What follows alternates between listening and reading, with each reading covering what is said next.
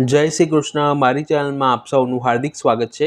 આજે આપણે ચાસણી બનાવવાની મહેનત વિના કે ફૂડ કલર અને મિલ્ક પાવડર ઉમેર્યા વિના દૂધીની બરફી બનાવીશું.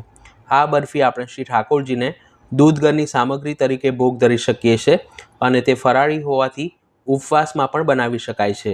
બરફી બનાવવા માટે સૌપ્રથમ મેં એક નંગ મધ્યમ સાઇઝની એટલે કે વજન પ્રમાણે 350 ગ્રામની દૂધીને પાણીથી સરખી રીતે ધોઈને લીધી છે. હવે ચપ્પા વડે તેની બંને બાજુના ડીટા કાઢી તેને પોટેટો પિલર વડે છોલી લઈશું. માર્કેટમાંથી જ્યારે પણ દૂધી ખરીદીએ ત્યારે તે આ રીતની ફ્રેશ અને કૂણી હોય તેવી જ લેવી. જો બહુ મોટી અને પાકટ દૂધી લઈએ તો તેમાં બિયાનું પ્રમાણ વધુ રહેલું હોય છે. હવે આ રીતની નાના છેદવાળી છીણી વડે આપણે દૂધીને છીણી લઈશું. દૂધીનો ઉપયોગ કરતાં પહેલાં તેને ચાખી લેવી, કારણ કે ઘણીવાર તે કડવી પણ નીકળતી હોય છે. જે સમયે તમારે બરફી બનાવવી હોય તે સમયે જ દૂધીને છીણવી. જો તમે પહેલેથી છીણીને રાખશો તો તે હવાના સંપર્કમાં આવવાથી કાળી પડી જાય છે. આ રીતે આપણે દૂધીનું છીણ તૈયાર કર્યું છે. હવે નોનસ્ટિક કઢાઈમાં 1 ચમચી ઘી લઈ તેને ધીમી આંચ પર ગરમ કરીશું. ઘી હૂંફાળું ગરમ થાય એટલે તેમાં દૂધીનું છીણ ઉમેરી તાવેથા વડે તેને સરખી રીતે મિક્સ કરીશું અને ખુલ્લા ઢાંકણ પર 2 થી 3 મિનિટ માટે ધીમીથી મધ્યમ આંચ પર કૂક કરીશું. આમ કરવાથી દૂધીમાં જે વધારાનું મોઇશ્ચર એટલે કે રસ રહેલો હશે તે ધીમે ધીમે બળવા લાગશે. નોનસ્ટિકના બદલે તમે સ્ટીલ કે એલ્યુમિનિયમની કઢાઈનો પણ ઉપયોગ કરી શકો છો, પરંતુ તે જાડા તળિયાવાળી હોય તેવી જ લેવી, જેથી શેકતી વખતે મિશ્રણ કઢાઈના તળિયે બિલકુલ પણ ચોંટે નહીં. 3 મિનિટ બાદ હવે કઢાઈની ઉપર લીડ ઢાંકી દૂધીમાં રહેલું બધું જ મોઇશ્ચર બળી જાય ત્યાં સુધી તેને 7 થી 8 મિનિટ માટે કૂક કરીશું. દૂધીની પ્રકૃતિ ઠંડી હોવાના કારણે ઉનાળાની ઋતુમાં તેનું સેવન અવશ્ય કરવું જોઈએ. ટોટલ 10 મિનિટ બાદ હવે દૂધી સરખી કૂક થઈ ગઈ છે અને તેમાં રહેલું વધારાનું મોઇશ્ચર બળવાના કારણે તેનું છીણ પણ શોષવાઈ ગયું છે. આ સ્ટેજ પર તેમાં બાઇન્ડિંગ માટે 1 કપ અથવા તો 200 ગ્રામ ક્રમ્બલ કરેલો દૂધનો મોળો માવો ઉમેરીશું. 1 લીટર અમૂલ ગોલ્ડ દૂધ ઉકાળીએ તો તેમાંથી 200 ગ્રામ માવો તૈયાર થાય છે. માવો ઘરે કેવી રીતે બનાવવો તેની વિડીયોની લિંક ઉપર આઈ બટન પર અને ડિસ્ક્રિપ્શન બોક્સમાં આપી છે. હવે માવાને દૂધીના છીણની સાથે મિક્સ કરી તે શેકાય અને તેમાંથી ઘી છૂટું પડે ત્યાં સુધી 7 થી 8 મિનિટ માટે કૂક કરીશું.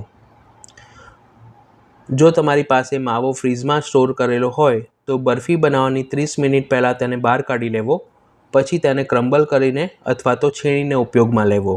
અને માવો ન ઉમેરવો હોય તો 1 કપ મિલ્ક પાવડરને 1 કપ ઠંડા દૂધમાં ઓગાળીને પણ ઉમેરી શકો છો. અને મિલ્ક પાવડરનો પણ ઉપયોગ ન કરવો હોય તો 3 કપ ફૂલ ક્રીમ દૂધ ઉમેરીને પણ બરફી બનાવી શકાય છે. પણ એકલા દૂધનો ઉપયોગ કરશો તો તેને બળવામાં ઘણો લાંબો સમય લાગે છે. માવો ઉમેરવાના લીધે બરફી એકદમ લચ્છેદાર અને ક્રીમી ટેક્સચરની તૈયાર થશે. માવો સરખો શેકાઈને દૂધીના છીણની સાથે એકરસ થાય અને મિશ્રણ ઘટ થઈ કઢાઈમાંથી છૂટું પડવા લાગે એટલે ગળપણ માટે તેમાં 1 કપ અથવા તો 200 ગ્રામ ખાંડ ઉમેરીશું.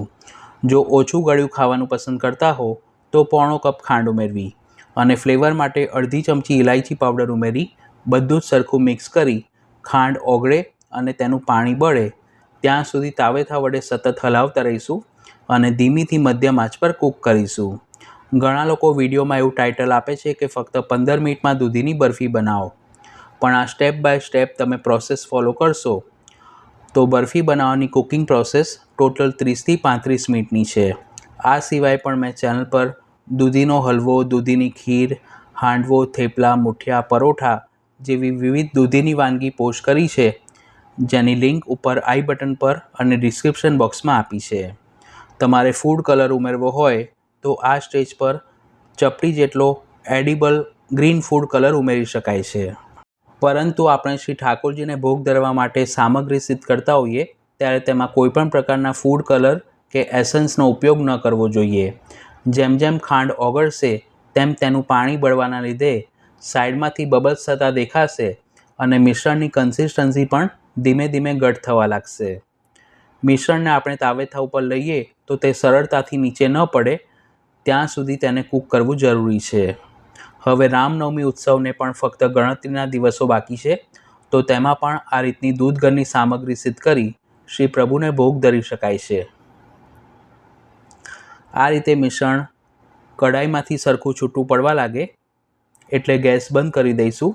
અત્યારે કઢાઈ ગરમ છે એટલે તેને 1 થી 2 મિનિટ માટે આ રીતે તાવેથા વડે સતત હલાવતા રહીશું. પછી તેને 5 મિનિટ માટે ઠંડુ કરી ચોકીમાં ઢાળીશું.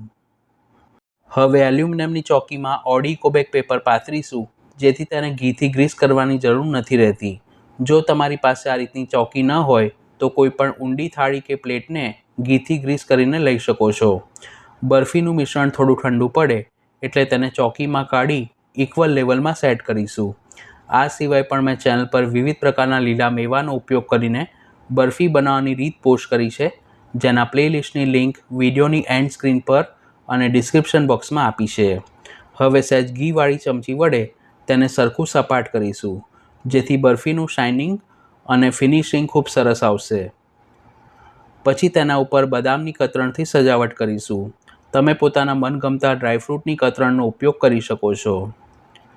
બરફીને રૂમ ટેમ્પરેચર પર 3 થી 4 કલાક માટે સેટ થવા દઈશું.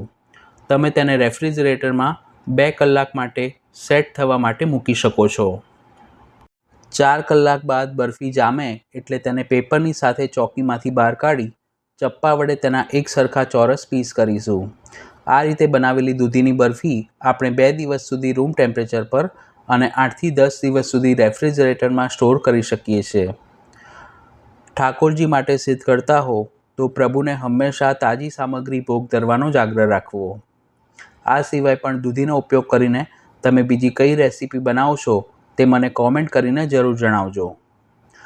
બરફીનો એક પીસ હું તમને નજીકથી બતાવું તો તમે જોઈ શકો છો કે તે કેટલી લચ્છેદાર અને ક્રીમી ટેક્સચરની તૈયાર થઈ છે. બરફીને આપણે સર્વિંગ પ્લેટમાં સર્વ કરીશું.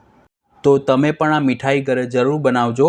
વિડીયો પસંદ આવી હોય તો તેને લાઇક અને શેર કરવાનું ન ભૂલશો, અને ચેનલ પર પહેલીવાર આવ્યા હો તો આવી ઉપયોગી અને ટ્રેડિશનલ રેસિપીઝ જોવા માટે તેને સબસ્ક્રાઈબ કરી બાજુમાં આપેલા બેલ આઇકોન પર ક્લિક કરજો. Thanks for watching this video.